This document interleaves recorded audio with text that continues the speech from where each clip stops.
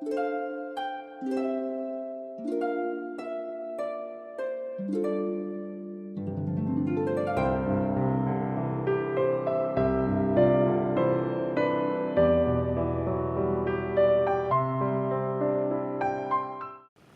à toutes et à tous.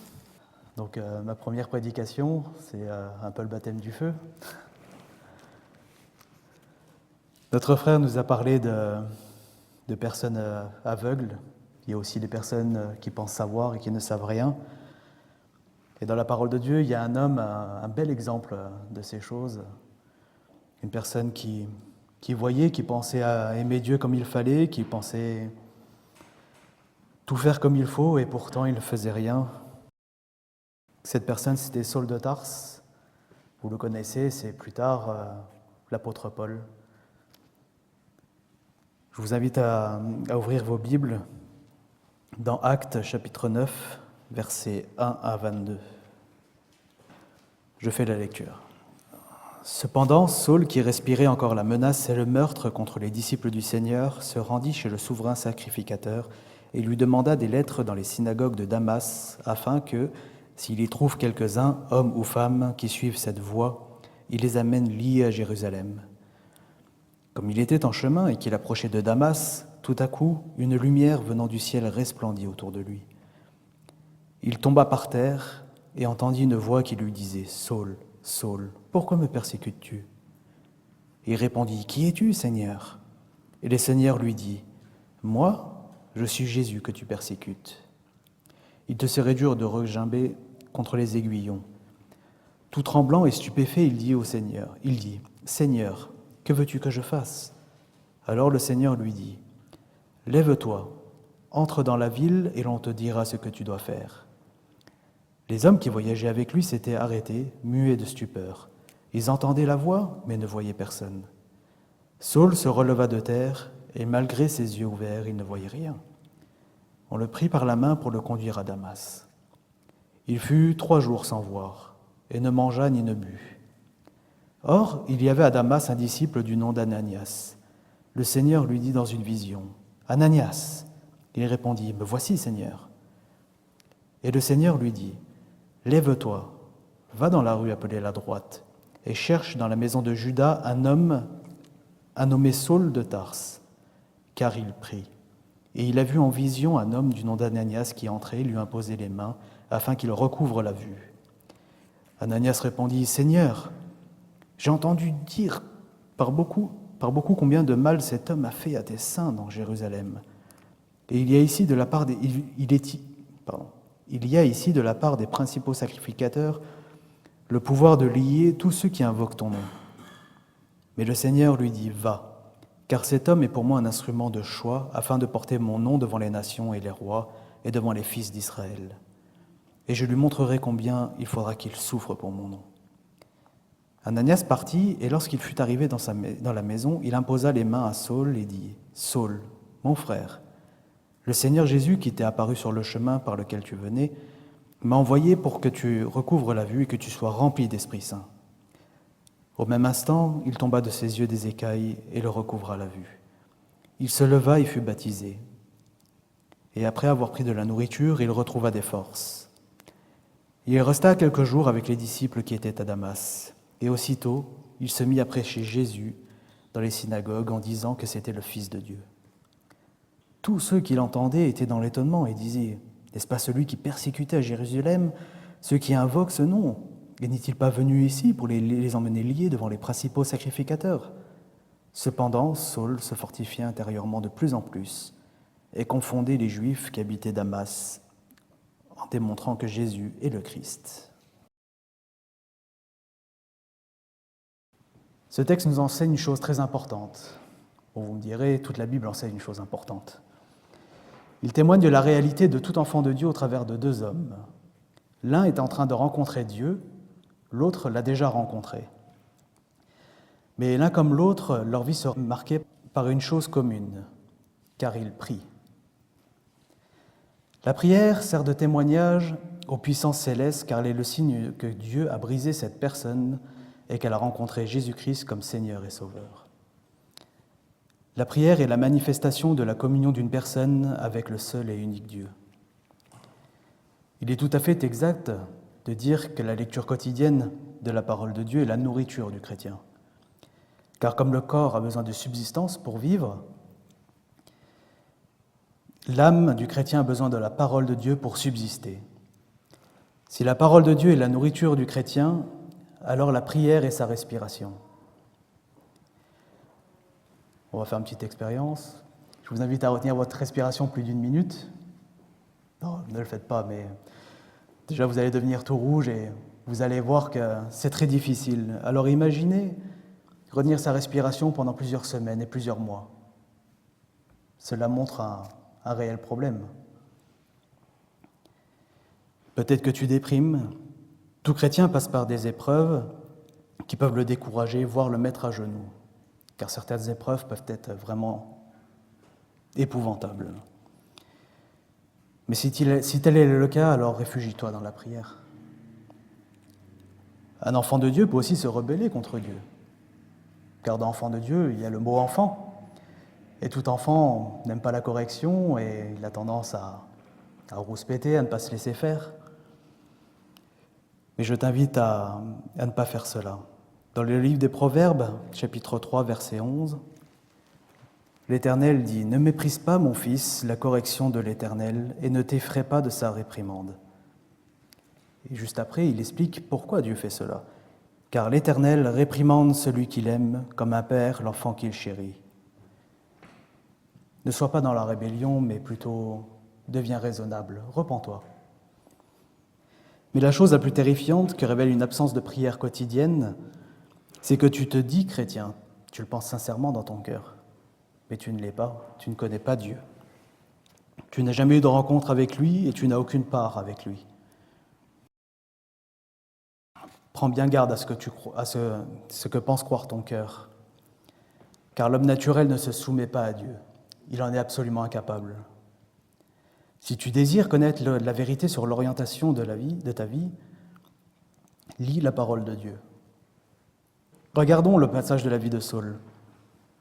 Comme lui, es-tu passé par le brisement? Es-tu passé par la repentance? Ton nouveau souffle, est-il la prière?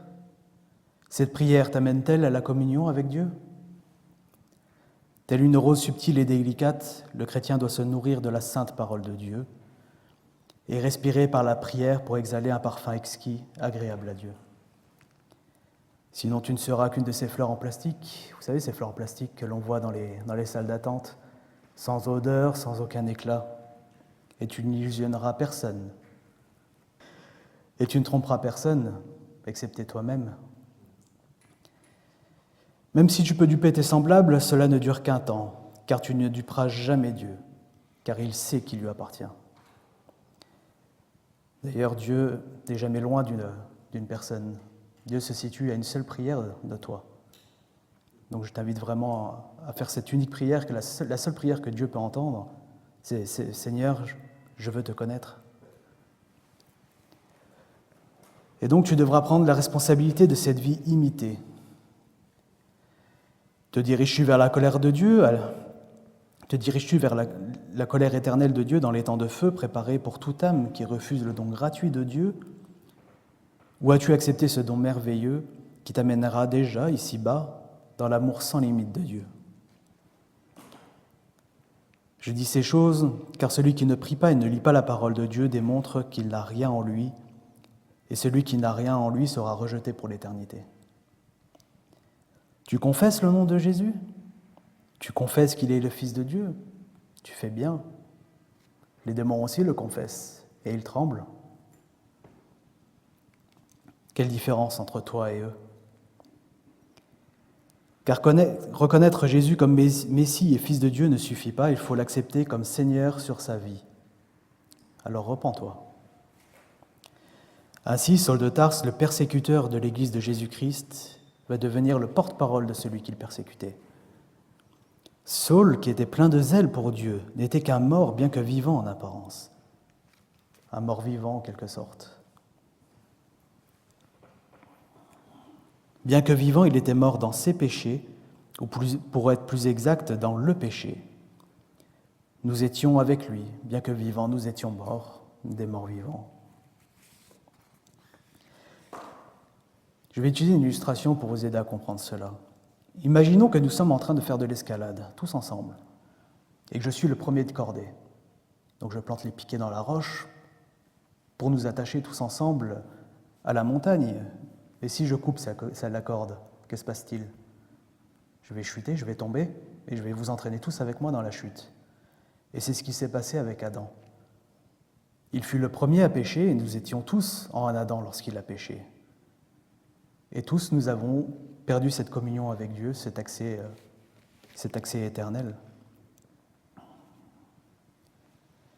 Mais gloire à Dieu. Nous allons lire 1 Timothée, chapitre 3, verset 16. Je vais le lire dans la version que j'ai. « Il faut avouer que le mystère de la piété est grand. Celui qui a été manifesté en chair, justifié en esprit, est apparu aux anges, a été prêché parmi les nations, et a été cru dans le monde, et a été élevé dans la gloire. » Comme vous pouvez le lire dans d'autres versions, Dieu est apparu comme un homme. Jésus-Christ, c'est Dieu dans la chair. D'ailleurs, la signification du nom de Jésus, signifie l'Éternel est salut. Saul, bien que vivant, était mort, bien qu'il fût sincère dans sa dévotion sans faille envers Dieu, il était mort. Mais voilà, il prie. Peut-être me direz-vous que Saul priait déjà depuis très longtemps. Depuis sa tendre enfance, il était déjà enseigné dans les Écritures, il était dans l'école de Gamaliel, un grand érudit juif. Il faisait partie du membre des pharisiens, les plus extrémistes dans la rigueur de la loi et la tradition des anciens. Il était parmi les plus rigoureux d'entre eux. Oui, tu as raison, il priait, il était plein de zèle. D'ailleurs, nous allons lire ce que Paul dit de Saul de Tarse. Bien que ce soit la même personne, il y a eu vraiment, lors de cette rencontre, une scission chez Paul. Nous allons lire dans l'Épître aux Philippiens, chapitre 3, versets 3 et 7. « Car les vrais circoncis, c'est nous qui rendons à Dieu notre culte par l'Esprit de Dieu, qui nous glorifions en Christ Jésus et qui ne mettons pas notre confiance dans la chair. Pourtant, moi-même, j'aurais sujet de mettre ma confiance dans la chair. Si d'autres croient pouvoir se confier en la chair, à plus forte raison moi. Circoncis le 8e jour, de la race d'Israël, de la tribu de Benjamin, hébreu, né d'Hébreu, quant à la loi, pharisien, quant au zèle, persécuteur de l'Église, quant à la justice légale, irréprochable. Mais ce qui était pour moi un gain, je l'ai considéré comme une perte à cause du Christ. » Vous voyez, Paul, c'était pas n'importe qui, c'était pas quelqu'un de boiteux. En fait, tu peux faire absolument tout ce que tu veux pour Dieu. Si tu n'as pas accepté Jésus-Christ comme Seigneur et Sauveur, tout cela, ce n'est que de la boue, en fait, aux yeux de Dieu. Car, comme le dit le Seigneur lui-même, dans Jean chapitre 14, verset 6, Jésus lui dit « Je suis le chemin, la vérité et la vie. Nul ne vient au Père que par moi. » Tu veux rencontrer Dieu, tu veux le servir, tu veux l'honorer, c'est très bien. Mais tu ne peux le faire que si tu as accepté Jésus dans ta vie. Donc bien qu'il fût instruit depuis son enfance chez un rabbin très renommé, qu'il fût retrouvé plein de zèle et il courait en vain. Bien qu'il fût irréprochable quant à la loi, il était coupable devant Dieu. Alors oui, certainement, Saul priait avant sa rencontre avec Jésus, comme tant d'autres, quelle que soit leur religion. Mais il était mort dans le péché comme tous les autres, quelle que soit leur religion. Mais voilà, après sa rencontre avec Jésus, le Seigneur lui-même vient à témoigner que Saul n'est plus le même, car il prie. Maintenant, Saul sait, il prie. Quelle différence peut-il y avoir entre la prière et la prière ? Seul un chrétien ayant reçu la vie de Christ en lui, c'est-à-dire qu'il est né de nouveau, peut vous dire cette différence. Pour l'un, ce ne sont que des paroles répétées, des vaines paroles répétées, du blabla, pour dire « Seigneur, je veux ceci, oh Dieu, je veux cela, fais ça dans ma vie ». Mais pour l'autre, pour le chrétien authentique qui a reçu la vie de Christ, c'est une communion de cœur à cœur avec Dieu par l'intermédiaire de Jésus-Christ. Car il prie. Que dit la Bible ? Que Christ est mort sur la croix par amour pour nous racheter du péché, qu'il s'est sacrifié de lui-même pour toi et pour moi, et qu'il est ressuscité pour notre justification. Et voilà, Saul dit que ce ne sont que des balivernes, folie des hommes. Il dit que les disciples qui suivent cette voie sont les ennemis de Dieu, qu'ils doivent abandonner cette voie ou alors ils mourront. Alors qui a raison, la Bible ou Saul de Tarse et ses détracteurs ? Si la Bible dit car il prie, alors la question a sa réponse. Car s'il prie, c'est que cette rencontre a produit un effet, qu'il y ait une communion. L'œuvre de Christ s'accomplit dans le cœur du croyant et toutes choses deviennent nouvelles. Suite à cela, il ne sera plus appelé Saul de Tarse, mais Paul, l'apôtre Paul. De persécuteur, il passera de proclamateur de l'Évangile. Quel bel exemple de nouvelle naissance, quel bel exemple de l'accomplissement de la promesse de Dieu dans la vie d'un homme. Qu'en est-il de toi ?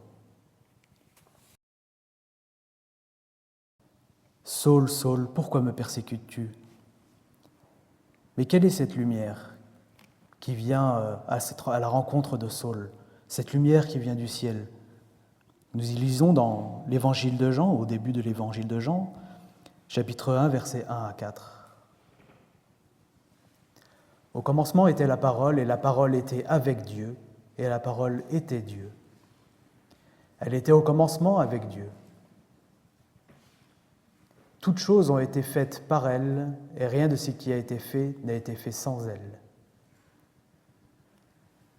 En elle était la vie, et la vie était la lumière des hommes.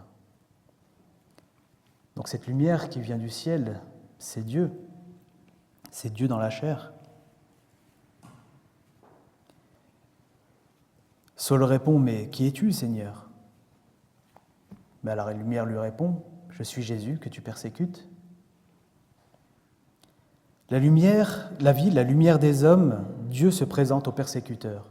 « Je suis Jésus que tu persécutes. » Imaginez l'état du cœur de Paul à ce moment précis. Un vrai changement, un vrai brisement dans son cœur. Nous remarquons aussi la manière dont le Seigneur lui répond. Il ne fait pas un témoignage plein de puissance, à l'humilier, à lui faire du mal. Non, il se présente avec humilité, simplicité. Il se présente, mais aussi s'identifie à ses disciples,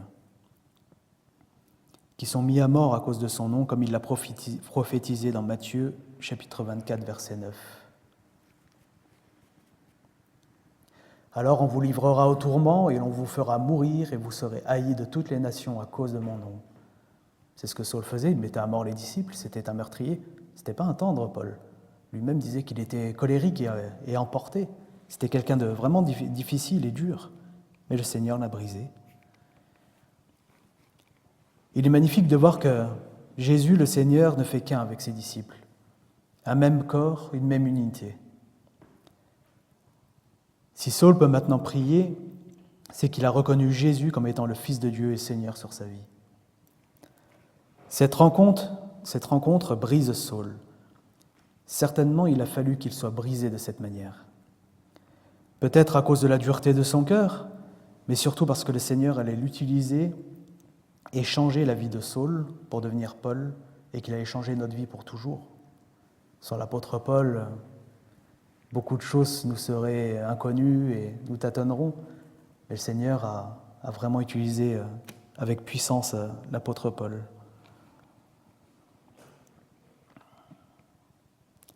Il y a toujours un brisement lors de la rencontre avec Dieu. Cependant, ne vous comparez pas au brisement de Saul. Souvent, la rencontre avec Dieu est beaucoup moins spectaculaire, mais avec toujours autant d'authenticité. Le brisement, la repentance et la prière qui émergent de la rencontre entre la lumière qui chasse les ténèbres. Car comme toute personne respire pour vivre, le chrétien se retrouve avec cette nouvelle faculté de Dieu, que Dieu lui donne pour mener à bien sa vie, la prière. Le Seigneur utilise des personnes qui prient et vivent une vie qui est conforme à ses commandements. Cette personne, on l'appelle une personne pieuse. Je tiens aussi à dire que pour parvenir à l'état d'homme de Dieu fait, un adulte dans la foi, donc quelqu'un de mature dans la foi, il y a son lot d'épreuves et de corrections de la part de notre Père. Dieu doit former Christ en nous. Ce n'est pas un chemin facile de vouloir devenir un homme ou une femme pieuse. Parlons d'Ananias, parce que j'ai dit qu'il y avait deux hommes. Ananias était ce genre de personne. L'apôtre Paul parle de lui dans Actes 22, chapitre 12.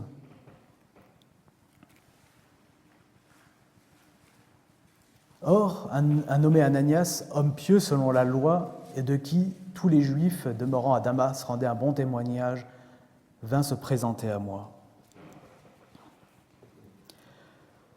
Un homme pieux, un homme de prière.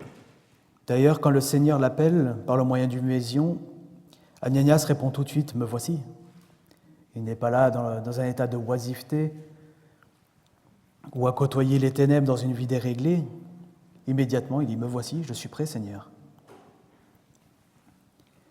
Et toi, mon frère, ma sœur, où en es-tu ? Tous les chrétiens prient, car c'est un signe de vie nouvelle, mais combien sont pieux ? Mon frère, ma sœur, vis-tu dans la prière ou à côté de la prière ? Le Seigneur va-t-il te trouver au moment de ton appel pour le servir ? Car il prie. Voilà les 3 mots qui apaisent Ananias dans la crainte de ce que le Seigneur lui demande de faire. Il connaît la réputation de Saul de Tarse, c'est un meurtrier. Il sait ce qui l'attend s'il l'attrape. Mais voilà, le Seigneur lui dit, car il prie. Ananias aurait pu dire « Non, Seigneur, je refuse d'y aller. C'est un meurtrier, comment savoir si ce n'est pas un piège pour attraper d'autres frères et sœurs ?» Le Seigneur lui dit alors « Car il prie. » Ananias aussi prie. Il sait ce que cela veut dire, il sait ce que cela représente. Quand le Seigneur lui dit que Saul prie, il sait ce que cela représente, car la prière n'est pas anodine. « Saul, mon frère », voici les paroles d'Ananias au verset 17. Il sait tellement ce que ça veut dire que de meurtrier, il l'appelle mon frère. Car il prie, lui montre que maintenant Saul est en Christ, qu'il est son frère, il sait que le Seigneur a réellement converti Saul. Pour la première fois de sa vie, Saul fait ce que Dieu lui demande. Entre dans la ville et attends. En somme, c'est ce que Jésus lui demande. Entre dans la ville et attends, lui dit le Seigneur. Toi qui m'écoutes, est-ce que tu attends Dieu ? C'est sûrement ce que faisait Ananias. En homme pieux, il devait passer beaucoup de temps dans la patience, dans l'attente et dans la prière pour connaître la volonté de son Seigneur. Cependant, n'allez pas croire que le Seigneur attend de vous que vous vous mettiez en veille. Nous avons vu que Saul fut transformé dans son être intérieur, car il prie. Et nous voyons qu'une fois qu'Ananias lui impose les mains, il fait une chose. Il fait ce que le Seigneur a ordonné à ses disciples. Il se fait baptiser immédiatement. Mort au péché et mort vis-à-vis du monde, alors que fait-il ? Il prêche Jésus, Fils de Dieu, au péril de sa vie. Maintenant, il est mort au péché et au monde, mais vivant pour Dieu. Car il prie. Nous pourrions aussi dire, car il vit.